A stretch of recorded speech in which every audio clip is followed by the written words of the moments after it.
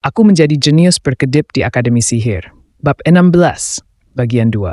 Apa? Raiden melakukan kontak mata denganku saat aku mengulurkan tangan ke arah kepalanya. Ah, dicelah! Buk! Raiden teralihkan oleh benturan hebat yang menghantam dahinya. Perisai sihir yang selalu ia kenakan di sekeliling tubuhnya hancur berkeping-keping dan kejut melanda pikirannya. Di tengah-tengah itu, Raiden secara naluriah merespons dengan menyebarkan gelombang mana. Pang! Oh! Itu nyaris saja.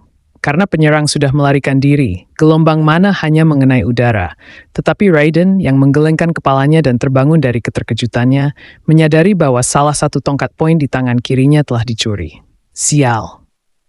Aku mengambilnya dalam waktu yang sangat singkat. Apa-apa? Apa yang tiba-tiba?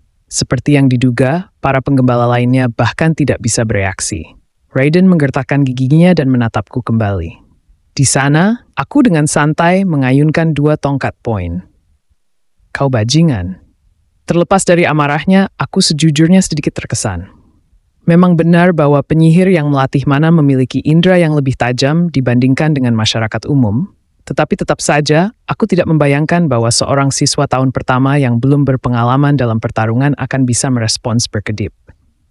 Yah, tak peduli seberapa bodohnya tampangmu, kau masih seorang siswa Stella, bukan? Aku bisa mencuri tongkat poin seperti ini saat mereka lengah, tetapi akan lebih sulit sekarang karena mereka mulai bersiap. Namun, seperti yang diduga, ini adalah tongkat poin. Performanya tak diragukan lagi. Satu hal yang banyak pemain temukan saat bermain game dan menonton episode ini. Tongkat poin sebenarnya adalah item seperti bug. Tongkat poin yang diciptakan oleh para pengajar untuk mencegahnya dihancurkan oleh sihir siswa sangat tahan lama, dan ketika diayunkan, ia menunjukkan kekuatan yang signifikan sebanding dengan senjata magis. Akibatnya, ada banyak situasi lucu selama latihan di ruang bawah tanah, di mana para pemain pemula yang belum berpengalaman dalam menggunakan sihir mengalahkan iblis dengan tongkat poin. Tentu saja ini hanya efektif untuk pemula dan lebih menguntungkan menggunakan sihir, tetapi ini berbeda untuk karakter Baek Yu-seol. Fokus utamanya adalah serangan fisik, dan jika diberikan senjata dengan daya serang yang kuat, ia bisa menggunakan berkedip dengan efisiensi 100%. Ini diterima dengan baik. Jika aku punya pacar nanti, aku harus memberinya sebagai hadiah. Kau bajingan!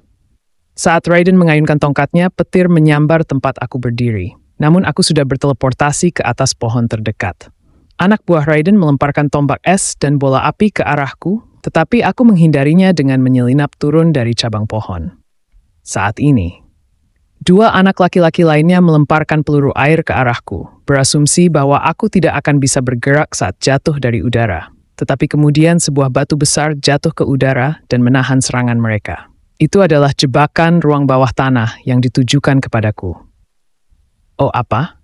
Jebakan-jebakan ruang bawah tanah membingungkan anak-anak laki-laki itu, seperti tanah yang tumbuh dari lantai dan mencengkeram pergelangan kaki mereka, atau pohon-pohon yang tumbuh di sekitar mereka, menyebabkan mereka kehilangan arah dengan tiba-tiba berputar-putar.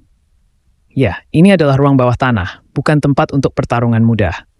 Aku, dengan indera keenam yang ditingkatkan oleh hadiah penundaan akumulasi mana, tidak hanya menghindari jebakan dengan bebas, tapi juga menggunakannya secara fleksibel sebagai perisai atau penghalang, mengubah geng Raiden menjadi anjing-anjing yang mengejar ayam. Sial! Di mana bajingan itu? Cepat temukan dia. Dia terlalu cepat, kami tidak bisa menemukannya. Jika mereka menunjukkan sedikit celah, aku akan bergegas ke zona jebakan dan memukul kepala mereka dengan tongkat poin. Anak-anak laki-laki itu menggertakkan gigi mereka dan tetap waspada, tidak tahu kapan atau di mana mereka akan diserang. Di sana dia. Di mana? Tidak ada siapa-siapa di sana. Dia baru saja menghilang. Sulit menemukan aku yang berteleportasi dan menyerang, sementara akar-akar mencuat, batang-batang pohon memukul mereka dari segala arah, dan tanah berputar-putar pada saat yang sama. Karena aku tahu cara memanfaatkan medan dengan baik berkat bertahun-tahun bermain PvP. Aku berkedip di timur, dan aku berkedip di barat. Aku yang berteleportasi ke sana kemari, melihat celah dan mataku berbinar. Berkedip, segera setelah keputusan diambil, aku mendekati anak laki-laki yang berdiri di tebing dan merapal sihir. Dan kemudian aku berteriak. Tiba-tiba, seorang pria muncul di depannya dan berteriak, dan dia begitu terkejut sehingga lupa untuk merapal sihir dan jatuh ke lantai, kehilangan tongkatnya. Pada saat itu, pantulan sihir dipicu oleh efek kegagalan merapal. Ada cukup waktu jeda untuk berkedip, dan aku bisa menghindarinya, tetapi pantulan sihir dari keterampilan sihir kelas 1 atau kelas 2 tidak menimbulkan terlalu banyak kerusakan, jadi menghindarinya tidak perlu. Akibatnya, aku bertindak agresif.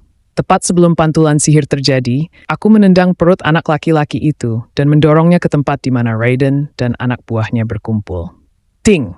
Perisai sihir jubah yang membungkus perutnya dengan ringan menahan tendanganku, tetapi benturannya cukup untuk membuatnya terlempar ke belakang.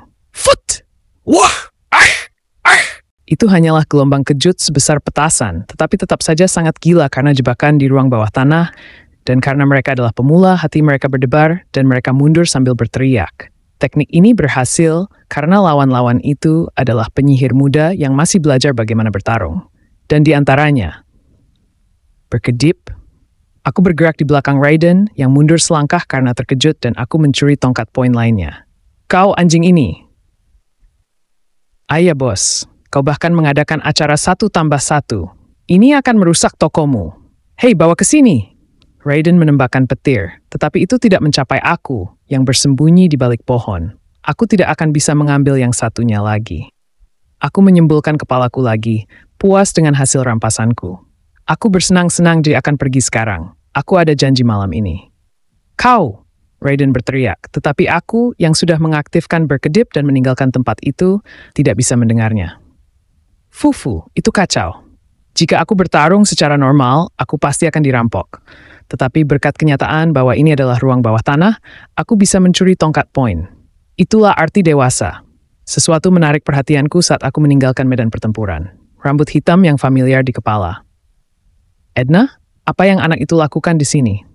Aku tidak tahu karena kecuali objek menggunakan sihir, aku tidak bisa mengetahui lokasi mereka dengan indera keenamku, dan dia sudah lama mengamati pertarunganku dengan Raiden dari jarak yang cukup jauh. Apakah menguntit adalah hobinya? Ini aneh.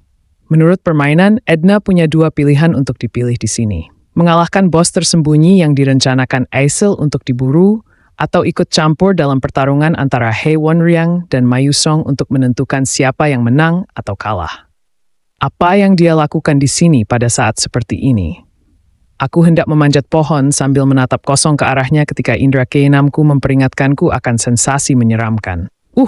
Saat aku menoleh, whack! Sebuah bola api besar terbang tepat ke tempat pendaratanku.